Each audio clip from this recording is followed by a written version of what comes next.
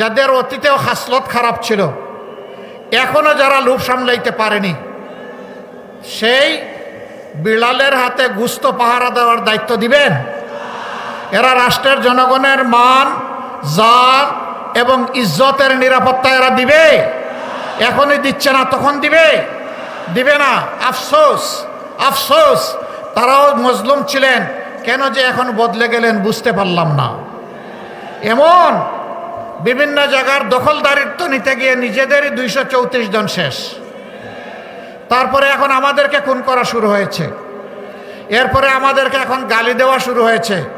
যাদের মানুষ মারা গেল, যারা চাঁদাবাজি করে না, যারা কাউকে কষ্ট দেয় না, যারা দুর্নীতি করে না, যারা মামলা বাণিজ্য করে না, যারা বিভিন্ন ধর্ম বর্ণের মানুষকে হয়রান করে না, তাদেরকে এখন বলা হচ্ছে জালেম।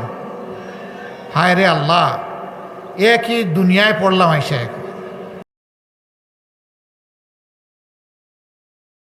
এখন প্রধান অতিথির বক্তব্য রাখছেন আমিরে জামাত ডাক্তার শফিকুর রহমান। নারে তাকবীর, নারে তাকবীর। বাংলাদেশ জামাত ইসলামী এর প্রতীক আছে, কোন সে প্রতীক? আরো জোরে। ধন্যবাদ। লিল্লাহি তাকবীর, লিল্লাহি তাকবীর। আসসালামু আলাইকুম ওয়া রাহমাতুল্লাহ। শিক্ষানগরী, অনেক শহীদের স্মৃতি বিজড়িত, আহত পঙ্গু ভাইদের রক্ত ঝরা এ রাজশাহীর ঐতিহাসিক আলিয়া মাদ্রাসা মাঠে আজকের এই নির্বাচনী জনসভার সম্মানিত সভাপতি, সভামঞ্চে বসা বাংলাদেশ জামাতে ইসলামী, এনসিপি, ইসলামী সংগঠনসমূহের সম্মানিত নেতৃবৃন্দ, দেশপ্রেমিক সংগঠনসমূহের সম্মানিত নেতৃবৃন্দ, খেলাফত মজলিস, বাংলাদেশ খেলাফত মজলিস, নেজামে ইসলাম পার্টি, আরও সবাই আছেন বলে আমি বিশ্বাস করি। শহীদ পরিবারের গর্বিত সদস্যবৃন্দ, আজকের এই আয়োজনে উপস্থিত ভাই ও বোনেরা, মিডিয়ার সম্মানিত বন্ধুগণ, আমি সংক্ষেপে কয়েকটি কথা বলি, ইনশাআল্লাহ বিদায় নেব। আমি আশা করছি আপনারা সবাই ভালো আছেন। আমি আশা করছি আপনারা অপেক্ষায় আছেন একটা নতুন বাংলাদেশের। সেই বাংলাদেশটা কয় তারিখ পাওয়া যাবে? ইনশাআল্লাহ 13 তারিখ পাওয়া যাবে ইনশাআল্লাহ। আল্লাহ তাআলা আপনাদের মনের এই আকুতি কবুল করুন। স্বাধীনতার পর 54 বৎসর, পাকিস্তান সৃষ্টি হওয়ার পর এখন 54-এর সাথে আরও 23 আমরা যোগ করলে 77 বৎসর এই ভূখণ্ড এভাবেই চলছে। এক ভাই বলেছেন রাজশাহীতে কোনো উন্নয়ন হয় নাই। না, উন্নয়ন হয়েছে দুই ধরনের। একটা হলো কিছু অবকাঠামোগত উন্নয়ন হয়েছে, স্কুল, কলেজ, ইউনিভার্সিটি, তারপরে সামাজিক বিভিন্ন প্রতিষ্ঠান, ব্যবসা প্রতিষ্ঠান, ঘর বাড়ি, রাস্তাঘাট, এগুলার কিছু উন্নয়ন হয়েছে। আবার 54 বৎসরে উন্নয়ন হয়েছে দুর্নীতি এবং চাঁদাবাজির। উন্নয়ন হয়েছে মানুষের হক নষ্ট করার, উন্নয়ন হয়েছে ব্যাংক ডাকাতি করার, উন্নয়ন হয়েছে শেয়ার মার্কেট লুট করার, উন্নয়ন হয়েছে ক্ষুদ্র ব্যবসায়ীদেরকে পথে বসানোর, উন্নয়ন হয়েছে নিজেদের কপাল কিসমত গড়ে বাংলাদেশের টাকা বিদেশে পাচার করার। এই দুই ধরনের উন্নয়ন সারা দেশে হয়েছে, এখানেও হয়েছে। আমরা তো এক ধরনের উন্নয়ন চাই, আমরা দুই ধরনের চাই না। আমরা চাই জনগণের উন্নয়ন, আমরা চাই 18 কোটি মানুষের প্রত্যেকটি নারী পুরুষের উন্নয়ন। আমরা চাই সেই দেশ যেখানে শান্তিতে আমরা বসবাস করতে পারবো। আমরা ওই দেশটি চাই যেখানে আমাদের শিশুরা পুষ্টি পেয়ে বড় হবে সুস্বাস্থ্যের সাথে, আর শিক্ষা পেয়ে হবে সুনাগরিক। আমরা সেই দেশটি চাই। শিক্ষার পরে তার হাতে সে মর্যাদার একটা কাজ পাবে, ওই দেশটা চাই। আমার মা, আমার স্ত্রী, আমার বোন, আমার মেয়ে, তারা পাবে নিরাপত্তা এবং মর্যাদা। আল্লাহর দেওয়া সমস্ত অধিকার তারা এখানে নিঃসংকোচে ভোগ করবে। আল্লাহ ছাড়া কাউকে তারা পরোয়া করার প্রয়োজন অনুভব করবে না। ভয় পাবে শুধু আল্লাহ তাআলাকে। আল্লাহ রাব্বুল আলামিন যাকে সম্মান করতে বলেছেন আমরা তাদের সবাইকে সম্মান করব। যাকে ভালোবাসতে বলেছেন তাদের সবাইকে ভালোবাসবো। কিন্তু আল্লাহর কসম, আল্লাহ ছাড়া কাউকে ভয় করব না, নারীরাও না, পুরুষরাও না। ভয় শুধু আল্লাহ তাআলার জন্যে। কিন্তু একটা ভীতির রাজত্ব গত 54 বৎসরে কায়েম করে রাখা হয়েছে। গত জুলাইয়ে যারা লড়াই করে বুক চিতিয়ে, জীবন দিয়ে, রক্ত দিয়ে, পঙ্গুত্ব বরণ করে যারা আমাদেরকে জুলাই এনে দিয়েছে, 36 জুলাই, তাদের একটা অঙ্গীকার, একটা আকাঙ্ক্ষা ছিল। তাদের আকাঙ্ক্ষা ছিল তারা একটা বৈষম্যহীন, ন্যায় বিচারে ভরপুর একটা বাংলাদেশ চায়। এই জন্য রাস্তায় নেমে স্লোগান দিয়েছে মাত্র একটা, বলেছে উই ওয়ান্ট জাস্টিস। আমরা ন্যায় বিচার চাই। ন্যায় বিচার সমাজে যখন কায়েম হবে তখন সকলেই তার পাওনাটা পেয়ে যাবে।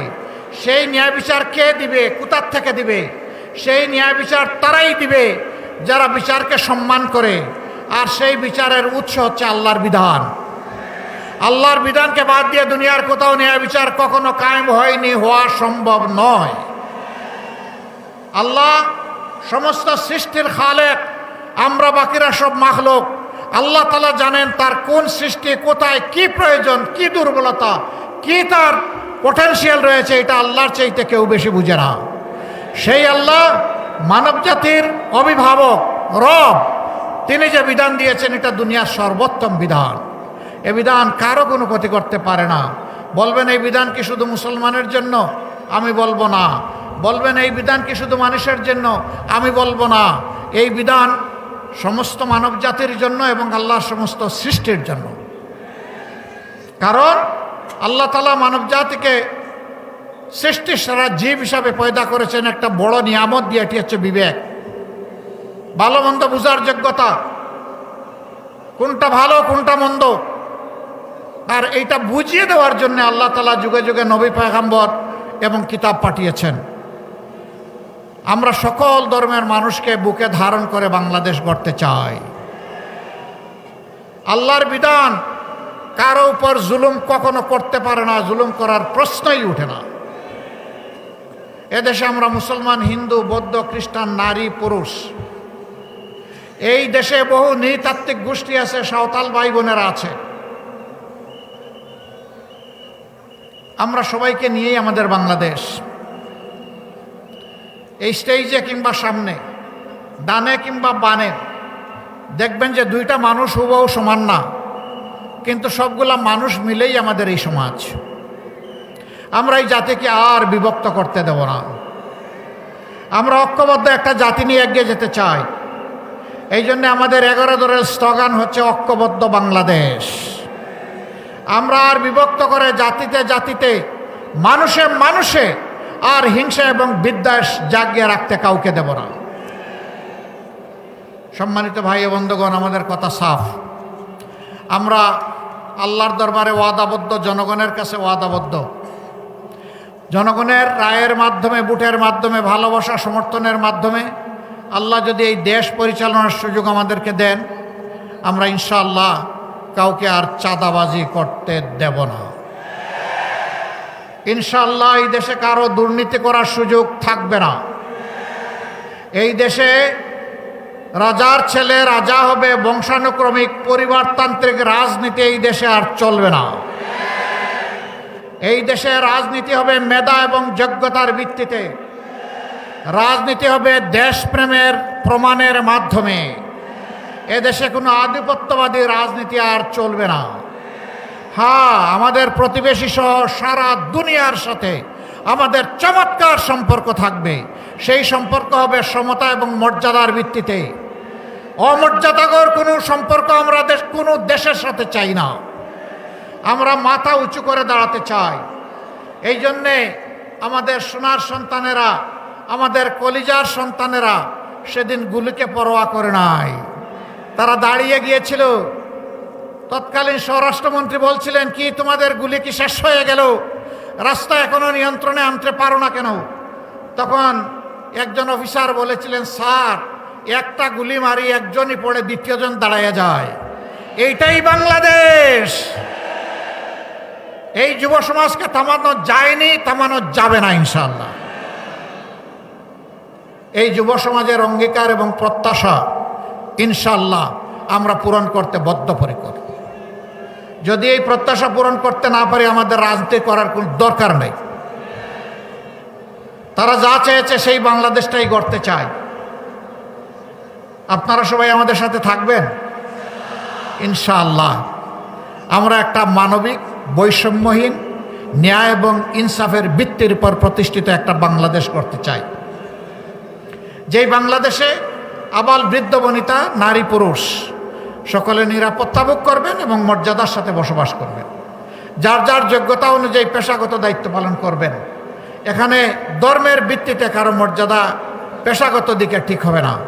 পেশাগত ময়দানে মর্যাদা ঠিক হবে তার দক্ষতার ভিত্তিতে, তার দেশপ্রেমের ভিত্তিতে। এই দুইটা জিনিস যার মাঝে পাওয়া যাবে, কাজ অটোমেটিক্যালি তার হাতে চলে যাবে। আমরা সেই শিক্ষা ব্যবস্থাটা চাচ্ছি যেটা মানুষকে মানুষ হিসাবে গড়ে তুলবে, মানুষকে আর ডাকাইত হইতে সাহায্য করবে না, মানুষের সন্তান বানাবে, দেশ গড়ার কারিগর বানাবে। সেই শিক্ষা আমরা আমাদের সন্তানদের হাতে তুলে দেব ইনশাআল্লাহ। ভাই ও বোনেরা, মায়েরা থাকবেন ঘরে, চলাচলে, কর্মস্থলে, সব জায়গায় নিরাপদ থাকবেন মর্যাদার সাথে। শিশু জন্ম নেওয়ার পরে তার পুষ্টি, তার স্বাস্থ্যের পরিচর্যা, এর দায়িত্ব সরকারের। 5 বছর বয়স পর্যন্ত সম্পূর্ণ বিনা খরচে শিশুদের চিকিৎসা নিশ্চিত করা হবে ইনশাআল্লাহ। আর সারা জিন্দেগি জাতিকে দিয়ে যারা উজাড় করে একটা বয়সে পৌঁছে যাবেন, অবসর জীবনে চলে যাবেন, তাদেরও চিকিৎসার দায়িত্ব নেবে সরকার এবং রাষ্ট্র। সেটাও বিনা পয়সা ইনশাআল্লাহ। মাঝখানে যেটা, সেটা পার্টিসিপেটরি, কিছু আমার সামর্থ্য অনুযায়ী আর কিছু সরকারের। এইভাবে ইনশাআল্লাহ আমরা একটা মানসম্মত স্বাস্থ্য ব্যবস্থা গড়ে তুলব ইনশাআল্লাহ। প্রত্যেকটি বিভাগীয় নগরী, প্রত্যেকটি জেলা কেন্দ্রে ইনশাআল্লাহ আমরা মেডিকেল কলেজ কায়েম করব এবং বিশেষায়িত হাসপাতালও গড়ে তুলব। আর যে সমস্ত জায়গায় শ্রমঘন এরিয়া, সেখানে শ্রমিকদের জন্য আলাদা বিশেষায়িত হাসপাতাল হবে। তারা যাতে ওখানে সেবা নিতে গিয়ে কোনো ধরনের সমস্যার সম্মুখীন না হন, স্বস্তির সাথে তারা যাতে সেবা নিতে পারেন, সেই দেশটি আমরা গড়তে চাই। ওই দেশটি আপনারা চান? সবাই চান ইনশাআল্লাহ। তাহলে আগামী 12 তারিখ 2টা ভোট। কয়টা ভোট? একটা হচ্ছে গণভোট। গণভোটে কি বলবেন? গণভোটে হা মানেই হচ্ছে নতুন বাংলাদেশ, পুরানা রাজনীতিকে লাল কার্ড। হা মানে পুরানা রাজনীতিকে লাল কার্ড। যেই রাজনীতি মানুষ খুন করে, যেই রাজনীতি আয়নাঘর তৈরি করে, যে রাজনীতি দেশপ্রেমিক নেতাদেরকে খুন করে, যেই রাজনীতি আমার দেশের সমস্ত সম্পদ লুণ্ঠন করে, যেই রাজনীতি রাজনীতিবিদদের জন্য ব্যবসার উপাদানে পরিণত হয়, 12 তারিখ সেই রাজনীতিকে ইনশাআল্লাহ লাল কার্ড। এই জন্য আমরা সবাই গণভোটে হা বলবো ইনশাআল্লাহ। হা চিহ্নতে আমরা সিল বসাবো। ঠিক আছে সবার? হা মানে আজাদি, না মানে গুলামি। আজাদি না গুলামি, আজাদি না গুলামি ইনশাআল্লাহ। প্রথম ভোট হা। এবার দ্বিতীয় ভোট। যাদের অতীতেও হাসলত খারাপ ছিল, এখনো যারা লোভ সামলাইতে পারেনি, সেই বিড়ালের হাতে গুস্ত পাহারা দেওয়ার দায়িত্ব দিবেন? এরা রাষ্ট্রের জনগণের মান, জান এবং ইজ্জতের নিরাপত্তা এরা দিবে? এখনই দিচ্ছে না, তখন দিবে? দিবে না। আফসোস, আফসোস, তারাও মজলুম ছিলেন, কেন যে এখন বদলে গেলেন বুঝতে পারলাম না। এমন বিভিন্ন জায়গার দখলদারিত্ব নিতে গিয়ে নিজেদেরই 234 জন শেষ। তারপরে এখন আমাদেরকে খুন করা শুরু হয়েছে। এরপরে আমাদেরকে এখন গালি দেওয়া শুরু হয়েছে। যাদের মানুষ মারা গেল, যারা চাঁদাবাজি করে না, যারা কাউকে কষ্ট দেয় না, যারা দুর্নীতি করে না, যারা মামলা বাণিজ্য করে না, যারা বিভিন্ন ধর্ম বর্ণের মানুষকে হয়রান করে না, তাদেরকে এখন বলা হচ্ছে জালেম। হায় রে আল্লাহ, এ কি দুনিয়ায় পড়লাম এসে। হ্যাঁ, একবার দিল্লির এক ভিক্ষুক, সে রাস্তার ধারে দাঁড়িয়ে বলে, 2টা পয়সা দে রা দে দে রাম। তোর বস্তা যখন ভরে গেছে, কয়েন বা মুদ্রা পাইতে পাইতে এবার টান দিছে আর উঠাইতে পারে না। এখন বলে যে ওই তার বিশ্বাস অনুযায়ী যে যেহেতু ডাকিয়া আমি কয়েন পাইছি, এখন দেখি ডাক দিয়ে একটা গুড়া পাই কিনা। এখন বলতেছে একটা ঘোড়া দেলা দে রে রাম। এক দারোগা সাহেব তিনি তার মেধি ঘোড়া নিয়ে চলছিলেন, হঠাৎ করে রাস্তায় বাচ্চা প্রসব দুইটা। এখন দুইটা তিনি বহন করবেন কেমনে? একটা তিনি তুলেন তো আরেকটা পড়ে যায়।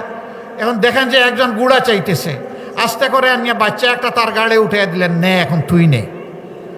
এখন বলতেছে উল্টা সমজিলা রে রাম, আমি চাইলাম গুড়ার পিঠে উঠবো, এখন গুড়াই উঠে গেল আমার ঘাড়ে, আমি তো এটা চাইনি। এদেরকে বলবো চোখ মেলে দেখেন জনগণ আপনাদেরকে কিভাবে দেখে। আজকে যুবকদের উত্থান শুরু হয়েছে পরিবর্তনের পক্ষে, নতুন বাংলাদেশের পক্ষে। মা বোনদের উত্থান শুরু হয়েছে পরিবর্তন এবং নতুন বাংলাদেশের পক্ষে। এই দৃশ্য দেখে অনেকে নার্ভাস হয়ে, আপনাদের এখানে তো বোধহয় এখন মাঘ মাস, তাই না? না চৈত্র মাস? হ্যাঁ, রাজশাহীতে চৈত্র মাস। আর একটু জোরে বলেন না, এখানে চৈত্র মাস। তো মাঘ মাসে যে অনেকের মাথা গরম হয়ে গেছে, এরা চৈত্র মাসে কি করবে? ঠান্ডা রাখেন, মাথা ঠান্ডা রাখেন, মাথা গরম করবেন না। রাজনীতি করতে হলে ঠান্ডা মাথায় আসেন। আপনি রেগে গেলেন তো হেরে গেলেন। হ্যাঁ, এটাই হেরে যাওয়ার পূর্বাভাস। শুরু হয়ে গেছে অলরেডি। 5টা বিশ্ববিদ্যালয়ের তরুণরা জানিয়ে দিয়েছে লাল কার্ড। আগামী 12 তারিখে হবে ফেসিবাদের বিরুদ্ধে লাল কার্ড। ফেসিবাদ নতুন না পুরাতন, দ্যাটস ইম্যাটেরিয়াল, এটা বিবেচনার ব্যাপার না। ফেসিবাদ, তোমাকে লাল কার্ড। তুমি যে প্রাণ গায়ে দিয়ে আসো, তোমাকে অবশ্যই লাল কার্ড জানাবো। সম্মানিত ভাইয়েরা, রাজশাহীর কিছু সমস্যা আছে, থাকবে, সব জায়গায় সমস্যা আছে। যেহেতু ইনসাফ কায়েম নাই, যেহেতু দেশকে নিয়ে রাজনৈতিক নেতাদের কমিটমেন্ট নাই, ভিশন নাই। এখানে একটা মেডিকেল কলেজ আছে, বহু পুরানা। যখন 8টা মেডিকেল কলেজ ছিল পূর্ব পাকিস্তানে, তখন এখানে একটা ছিল। সেই মেডিকেল কলেজ এখনও আছে। তার সাথে একটা ডেন্টাল ইউনিট করা হয়েছে, কিন্তু ডেন্টাল কলেজ এখানে স্থাপন করা দরকার। উদ্যোগ নেওয়া হয়েছে, কিন্তু এটা ঘুমিয়ে পড়েছে। আমরা ইনশাল্লাহ আর কয়টা দিন তো সবর করেন। যদি আল্লাহ তাআলা আপনাদের পছন্দের লোকদেরকেই দেশ সেবার সুযোগ দেন, আল্লাহর মেহেরবানি দাবি করতে হবে না, আমরাই খুঁজে খুঁজে বের করব জাতিকে সেবা দেওয়ার জন্য কোথায় কি দরকার। এবং আপনাদের ঘুমন্ত এই ডেন্টাল কলেজকে ইনশাল্লাহ টান দিয়ে আমরা জাগিয়ে তুলে দেবো ইনশাল্লাহ। সুগার মিল, এটা লোকসানি। কেন লোকসানি হবে? আমার দেশের মাটিতে আখ ফলে, আমার দেশের শ্রমিক এখানে কাজ করে, তাইলে একটা লোকসানি হবে কেন? চুরি চামারির কারণে লোকসান। মৌলানা মতিউর রহমান নিজামী 3.25 বৎসর তিনি শিল্প মন্ত্রণালয়ের দায়িত্ব পালন করেছিলেন। তখন বন্ধ মিল কারখানা, সুগার মিল সহ তালা একটা একটা করে খুলতে শুরু করেছিলেন এবং 1 বছরের মাথায় সেইগুলোকে লাভজনক প্রতিষ্ঠানে পরিণত করেছিলেন। চুরি বন্ধ হওয়ার কারণে এটা সম্ভব হয়েছিল। ইনশাআল্লাহ যদি আপনাদের রায়ের প্রতিফলন ঘটে, 13 তারিখ থেকে বলা লাগবে না, অটোমেটিক্যালি অনেকের কান এবং নাক খাড়া হয়ে যাবে। বাংলাদেশ নতুন রাস্তা খুঁজে পাবে ইনশাআল্লাহ। এরপরে বলা হয়েছে এখানে সিএনজির সরবরাহ নিশ্চিত করা। হ্যাঁ, আমাদের ব্লু ইকোনমিতে সমুদ্রে এখনও আমরা সম্পদ আহরণে ঢুকতে পারিনি। আল্লাহ যদি আমাদেরকে তৌফিক দেন, কারো চক্রাঙ্গানির পরোয়া করব না ইনশাআল্লাহ। দেশের সম্পদ দেশের মানুষের জন্য তুলে আনার জন্য সর্বাত্মক চেষ্টা করব। তখন ইনশাআল্লাহ মনের মতো করে দেশের চাহিদা সব জায়গায় পূরণ করা যাবে। আপনারাও পাবেন ইনশাআল্লাহ, দোয়া করেন। এবার আমি আপনাদের হাতে আপনাদের জনগণের প্রতীক তুলে দিচ্ছি। তবে একটা কথা সাফ করতে চাই, একেবারে সাফ। আমরা 13 তারিখ থেকে বাংলাদেশ জামাতে ইসলামের কোনো সরকার চাই না। আমরা 13 তারিখ থেকে কোনো দলীয় সরকার চাই না। আমরা 13 তারিখ থেকে কোনো পরিবার এবং গোষ্ঠীতান্ত্রিক সরকারও চাই না। আমরা জামাতে ইসলামের আমি বিজয় চাই না, আমি চাই বাংলাদেশের 18 কোটি মানুষের বিজয়। সেই বিজয় যদি অর্জিত হয়, ইনশাআল্লাহ এটা সকলের বিজয় হবে। সেদিন আল্লাহর মেহেরবানিতে আমরা সেজদায় পড়ে যাব। আমরা ওই দিনটার অপেক্ষা করছি। আপনারা এখন থেকে দোয়া করতে থাকেন, কোনো কালো চিল আসমান থেকে এসে ছু মেরে যেন আমাদের স্বপ্নকে এলোমেলো করে দিতে না পারে। এখন থেকে পাহারা বসাবেন। কোনো ভোট ডাকাত, ভোট চোর, ভোট ইঞ্জিনিয়ার কাউকে আবার কোনো ছাড় নেই। সিনা মজবুত করে, হাত শক্ত করে আমাদেরকে দাঁড়ায় যেতে হবে ইনশাল্লাহ, এবং আমরা ইনশাল্লাহ পারবো। ইনশাল্লাহ আমাদেরকে পারতে হবে, না হয় বাংলাদেশ হেরে যাবে। সেই সুষ্ঠু ভোট নিশ্চিত করার জন্য এখন থেকে আপনারা পাহারা বসাবেন ইনশাআল্লাহ। সারা বাংলাদেশের পক্ষে এখন জোয়ার শুরু হয়েছে। আল্লাহ তাআলা এই জোয়ারটাকে যেন সংসদ ভবনে নিয়ে পৌঁছায় দেন, এবং সংসদ ভবনে যারা যাবেন তারা যেন কাণ্ড জ্ঞানহীন, দায়িত্ব জ্ঞানহীন হয়ে না পড়েন, বরঞ্চ আল্লাহকে ভয় করে মানুষের প্রতি দায় যুক্ত থেকে তারা যেন কাজ করতে পারেন। এই দুই এখন থেকে করবেন ইনশাআল্লাহ। এবার রাজশাহীর 6টি আসনে ভাইদের হাতে আমি ইনসাফের প্রতীক দাঁড়িপাল্লা তুলে দিচ্ছি। প্রথমেই রাজশাহী 1 তানোর গোদাগাড়ি। এখানে বাংলাদেশ জামাতে ইসলামী তার একজন নায়েবে আমিরকে, সম্মানিত নায়েবে আমিরকে সংসদ সদস্য পদ প্রার্থী হিসাবে জনগণের খেদমতে পেশ করেছে। আপনারা তাকে চিনেন। আমি তার হাতে ইনশাআল্লাহ ইনসাফের প্রতীক দাঁড়িপাল্লা তুলে দিলাম। একটু শক্ত করে ধরেন ভাই। প্রতীক আছে? আছে, প্রতীক আছে। ইনশাআল্লাহ একসাথে স্লোগান দিব। দোয়া করেন এই হাতটাকে যেন আল্লাহ মজবুত করে দেন, তিনি যেন জাতির খেদমত করতে পারেন, আল্লাহকে ভয় করে মানুষকে ভালোবেসে আল্লাহ যেন এই তৌফিক দান করেন, আমিন। এরপরে রাজশাহী 2, আপনাদের সকলের সুপরিচিত এই আসনে যিনি 11 দলের প্রতিনিধিত্ব করবেন, ডাক্তার মোহাম্মদ জাহাঙ্গীর হুসাইন। আমি তাকে ডাক্তার মোহাম্মদ জাহাঙ্গীর ভাই, আমরা ডানপন্থী, আমরা বামপন্থী না রে ভাই, এদিকে আসেন।